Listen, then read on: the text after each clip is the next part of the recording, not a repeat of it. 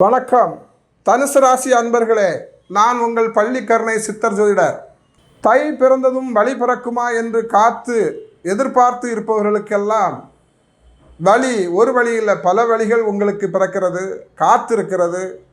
நீங்கள் தொழிலில் புதிய முதலீடு செய்யலாம்.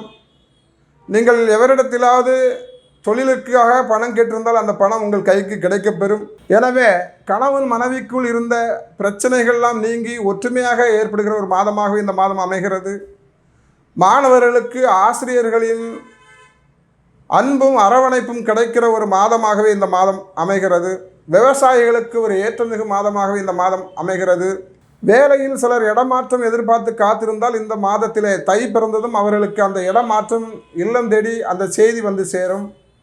வெளிநாடு செல்ல வேண்டும் என்று காத்திருப்பவர்களுக்கெல்லாம் தனுசு ராசியிலே பிறந்த அன்பர்களுக்கு அந்த வெளிநாட்டிலிருந்து அந்த கடிதங்கள் வர சூழ்நிலை நிலவுகிறது.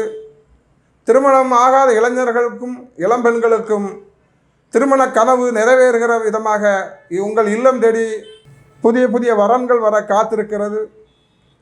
மற்றும் இந்த மாதத்தில் காவல்துறையில் பணியாற்றுகிறவர்கள், எழுத்துத்துறையில் பணியாற்றுகிறவர்களுக்கெல்லாம் ஒரு ஏற்றமிகு மாதமாகவே இருக்கிறது. ஆசிரியர்களுக்கு நல்லாசிரியர் என்ற விருது கிடைக்க பரிந்துரைக்கிற மாதமாகவே இந்த மாதம் அமைகிறது. அப்படி ஒரு சிறந்த மாதமாகவே இந்த மாதம் அமையப்பெறுகிறது.